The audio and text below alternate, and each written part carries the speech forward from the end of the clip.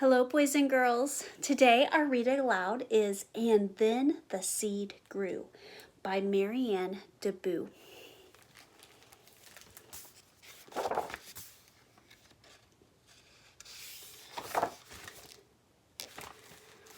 So, the pictures in this book are pretty cool, so I'll give you some time to take a look.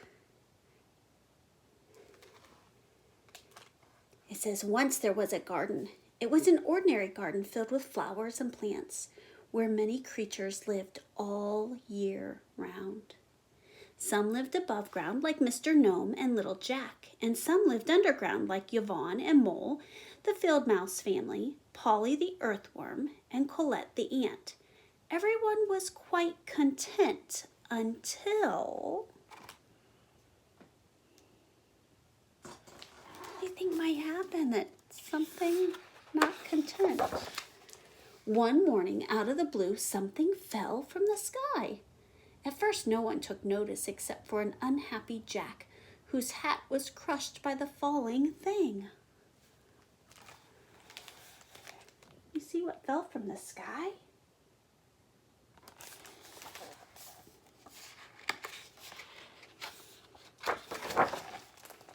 The thing was a seed, and soon the seed began to grow. With a crick, its seed coat split open and out popped a small root. So you can see the seed right there beginning to grow. Underground, Colette and her ant friends were annoyed. The root was blocking their path. If they were going to arrive home in time for tea, they would need to find another way around. Yvonne noticed a small crack in her bathroom ceiling.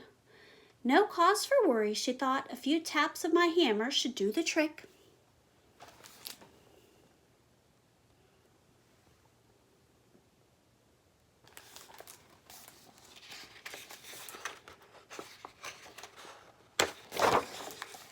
But no sooner had she fetched her toolbox than disaster struck. There was now a root poking out of a hole where the small crack had been. Yvonne quickly sprung into action to fix it. At the same moment, Mr. Gnome noticed a new plant above ground. What's this growing in the garden, he wondered. He wanted to ask Colette, but she was too busy digging new tunnels around the plant's roots.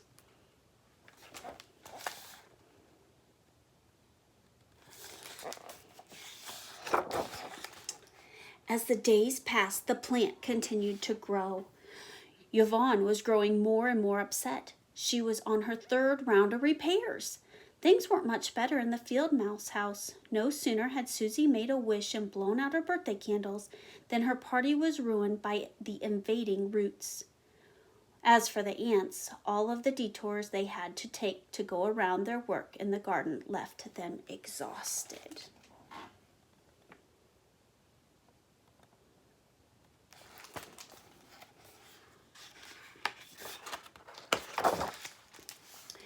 Night and day, the plant grew. Yvonne gave up on her renovations. The bathroom was a mess, and she was worn out. The field mouse house had been overrun. They had no choice but to move. All of their neighbors lent a hand, even Polly, who usually kept to himself.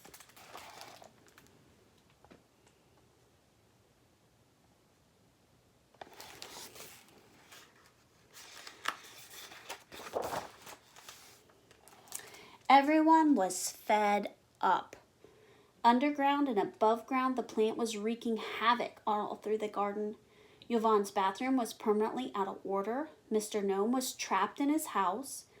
The ants were detour dizzy, and the poor field mice had to move yet again. Something had to be done.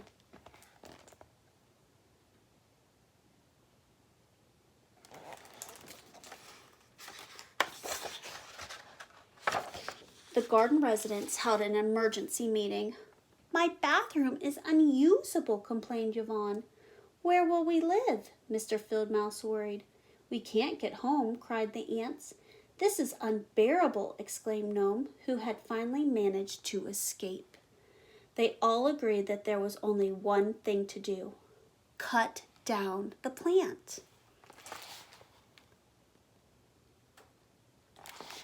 Do you think that's a good idea? Is that the only thing they could do is to cut down the plant? What are you thinking? Everyone had a task. Yvonne, the expert tunnel digger, would excavate the roots. The tireless ants would eat and mulch the leaves, and the sharp-toothed mice would cut the stalk. Just as Mr. Field Mouse prepared to take the first bite, someone called out, "Wait!" It was little Jack.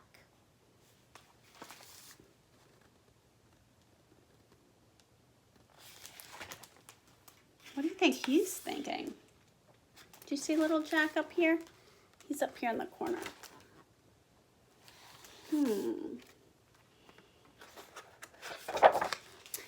Is this plant really so terrible? Jack asked gently. Hasn't it shade kept Mr. Gnome's house cool and comfortable? And wouldn't the field mouselings have great fun climbing its branches? From its highest leaves, the ants could easily map out their roots in the garden. And don't forget its fruit. Fruit? Everyone cried in surprise. Then looking up, they discovered tomatoes.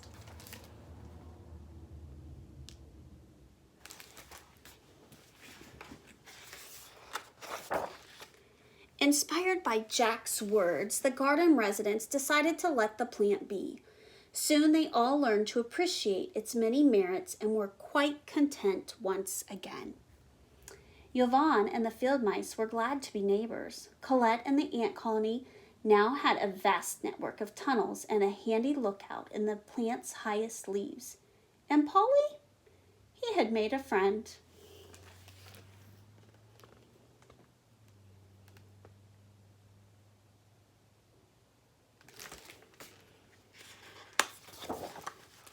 So the following spring, it was with great excitement that the garden inhabitants made another discovery.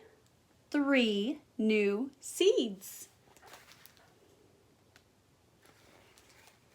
What do you think those seeds could do?